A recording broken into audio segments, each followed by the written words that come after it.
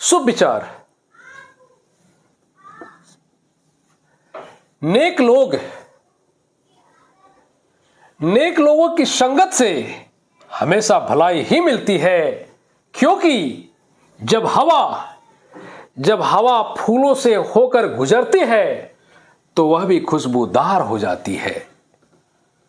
आज का यह विचार सभी विद्यार्थियों के लिए यह बड़ा उपयोगी है और यह शिक्षा देती है कि हमेशा अच्छे लोगों का ही संगत में रहे। मेरे प्यारे विद्यार्थियों, नमस्कार। मैं हूं doctor Chhotelal Gupta, assistant professor, Bhimrao Ambedkar Bihar विश्वविद्यालय, मुजफ्फरपुर। आज के क्लास में सेमेस्टर 1 के अंतर्गत MGC 1 हिंदी का एक चैप्टर है, हिंदी साहित्य का इतिहास। इस पर विस्तार से चर्चा करूंगा। इसके अंतर्गत हिंदी साहित्य को कुल 4 भागों में बांटा गया है: आदिकाल, भक्तिकाल, रीतिकाल, आधुनिक काल। इस पर भी बातें करूंगा। इसके अलावा हिंदी साहित्य की क्या विशेषताएं हैं, इसे भी बताने का प्रयास करूंगा। इसके साथ साथ सभी कालों के अंतर्गत प्रमुख कवियों एवं रचनाओं के बारे में भी बताऊंगा। जो भी विद्यार्थी इस चैनल पर नए हैं, चैनल को अवश्य सब्सक्राइब करें और अपने दोस्तों को भी शेयर करें। अब आप ध्यान से सुनें। हिंदी साहित्य का इतिहास। हिंदी साहित्य भारतीय जीवन और संस्कृति का गहन प्रतिबिंब है। यह केवल शब्दों का संग्रह नहीं, बल्कि भारतीय जनमानस की भावनाओं, विचारों और अनुभवों की अमर अभिव्यक्ति है। हिंदी साहित्य के माध्यम से हमें भारतीय समाज की आत्मा का दर्शन होता है। उसकी खुशियां, पीड़ाएं, संघर्ष, आदर्श और आकांक्षाएं उसमें सन्निहित होती है। यह साहित्य देश की माटी की गंध से भरा हुआ है और मानवता के शाश्वत मूल्यों को उजागर करता है। हिंदी साहित्य का उद्भव और विकास। हिंदी भाषा का विकास संस्कृत, अपभ्रंश और प्राकृत भाषाओं से हुआ है। साहित्य की दृष्टि से हिंदी का विकास 4 प्रमुख वर्गों में बांटा गया है। पहला आदिकाल, दूसरा भक्तिकाल, तीसरा रीतिकाल और चौथा आधुनिक काल। प्रत्येक युग की अपनी विशेषताएं हैं, जो अपने समय के समाज, राजनीति और संस्कृति को दर्शाती है। पहला आदिकाल, जिसे वीरगाथा काल भी कहा जाता है, जिसकी समय सीमा 1050 ईस्वी से 1375 ईस्वी तक के काल को माना जाता है। आदिकाल को हिंदी साहित्य का प्रारंभिक युग माना जाता है। इस काल की भाषा मुख्यतः अपभ्रंश से विकसित औहट रूप में थी। इस काल का साहित्य वीरता, देशभक्ति और युद्ध कौशल की कहानियों से भरा हुआ था। इसका मुख्य विषय है वीर रस, राजा रानी की शौर्य गाथाएं, धर्म और गौरव की रक्षा आदि। इस काल के मुख्य कवि हैं चंद-बरदाई, जिनकी प्रसिद्ध कृति पृथ्वीराज रासो है। नरपति नालाह, जगनिक इस काल के प्रमुख कवि हैं। विशेषता, यह युग राजाओं की वीरता का गान करता है, इसलिए इसे वीरगाथा काल भी कहा जाता है। दूसरा भक्ति काल। इसकी समय सीमा 1375 ईस्वी से 1700 ईस्वी तक के काल को मानी जाती है। भक्ति काल हिंदी साहित्य का स्वर्ण युग कहलाता है। इस समय समाज में धार्मिक आडंबर, जातिगत भेदभाव और अंधविश्वास फैले हुए थे। ऐसे समय में कवियों ने भक्ति आंदोलन के माध्यम से समाज को समानता, प्रेम और मानवता का संदेश दिया। मुख्य धारा। निर्गुण भक्ति धारा पहला, जिसके अंतर्गत इसमें ईश्वर को निराकार माना गया है। जैसे इस धारा के प्रमुख कवि हैं कबीर, दादू, नानक आदि।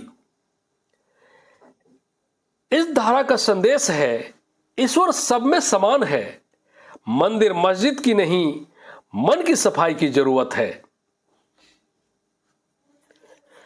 दूसरी धारा, भक्ति काल के अंतर्गत दूसरी धारा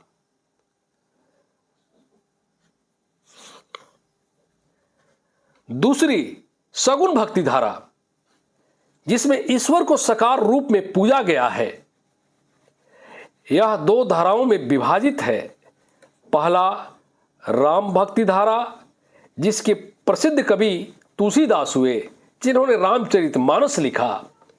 दूसरा कृष्ण भक्ति धारा, इस धारा के कवि सूरदास हुए। मीरा भी इस धारा के प्रमुख कवियों में से एक है। सूरदास की प्रसिद्ध रचना सूरसागर है, जबकि मीरा के पद मीरा के प्रसिद्ध काव्य रचना है। इस धारा की विशेषताएं यह है कि इसमें भाषा जनसाधारण की थी। ब्रज, अवधी और खरी बोली का प्रयोग हुआ। कवियों ने भक्ति को लोक जीवन से जोड़ा और समाज को मानवता का मार्ग दिखाया। रीतिकाल 1700 ईस्वी से 1850 ईस्वी तक के काल को रीतिकाल कहा जाता है।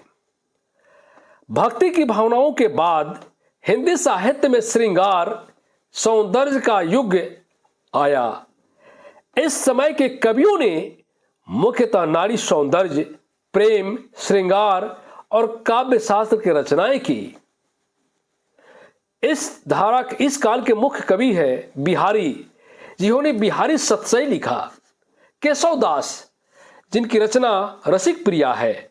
देव हुए, पद्माकर हुए और भूषण रीतिकाल के ही कवि कहलाए।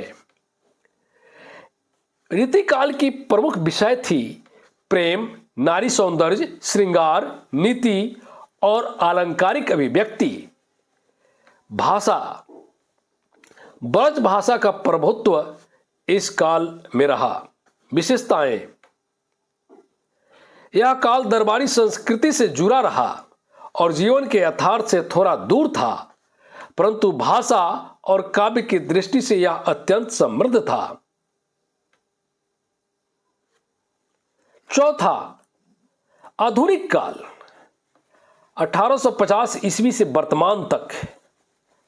आधुनिक काल में हिंदी साहित्य का स्वरूप व्यापक, बहुआयामी हो गया। इस युग में भारत पर अंग्रेजों का शासन था और समाज में जागृति का दौर शुरू हुआ।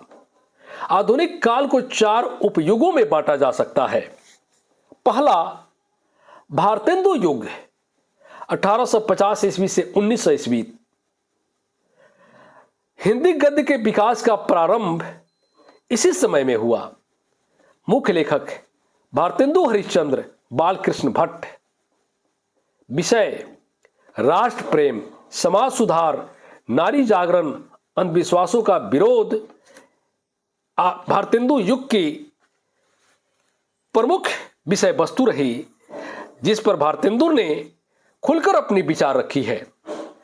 भारतेंदु की प्रसिद्ध रचना भारत दुर्दशा, सत्य हरिश्चंद्र आदि। विशेषता, इसे आधुनिक हिंदी साहित्य का जागरण काल भी कहा जाता है। द्विवेदी युग 1900 ईस्वी से 1920 ईस्वी तक।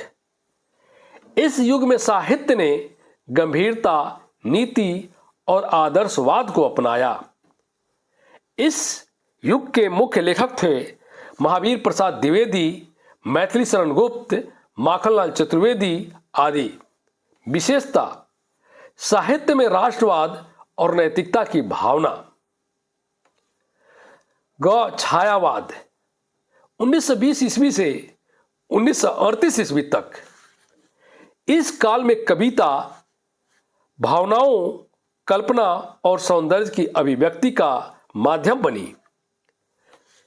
इस युग के मुख्य कवि थे जयशंकर प्रसाद, सुमित्रानंदन पंत, निराला, महादेवी वर्मा आदि। इस युग की काव्य की प्रमुख विशेषता थी आत्मानुभूति, रहस्यवाद, प्रकृति प्रेम आदि। घ प्रगतिवाद और प्रयोगवाद 1938 ईस्वी से आगे के काल को प्रगतिवाद और प्रयोगवाद के नाम से जाना जाता है। इस युग में साहित्य समाज की सच्चाइयों, गरीबों की समस्याओं, श्रमजीवों के संघर्ष का माध्यम बना। मुख्य लेखक प्रेमचंद, जिनकी रचना गोदान और कर्मभूमि प्रसिद्धि रही, यशपाल, नागार्जुन, धर्मवीर भारती, अगेय इस युग के प्रमुख कवियों में से एक थे। विशेषता यथार्थवाद, सामाजिक चेतना, प्रगतिशील विचार इस युग की प्रमुख विशेषता रही।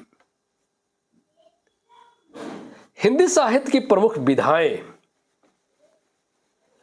हिंदी साहित्य की प्रमुख विधाएं निम्नलिखित है, जिस पर बारी बारी से हम चर्चा करते हैं। पहला, कविता यानी काव्य। हिंदी कवियों ने भक्ति, श्रृंगार, राष्ट्र प्रेम, करुणा और प्रकृति जैसे विषयों पर उत्कृष्ट कविताएं रची। दूसरा, कहानी और उपन्यास। प्रेमचंद ने यथार्थवादी कहानी और उपन्यास की परंपरा शुरू की। बाद में राही मासूम राजा, धर्मवीर भारती, निर्मल वर्मा आदि ने इसे आगे बढ़ाया। तीसरा, नाटक और एकांकी।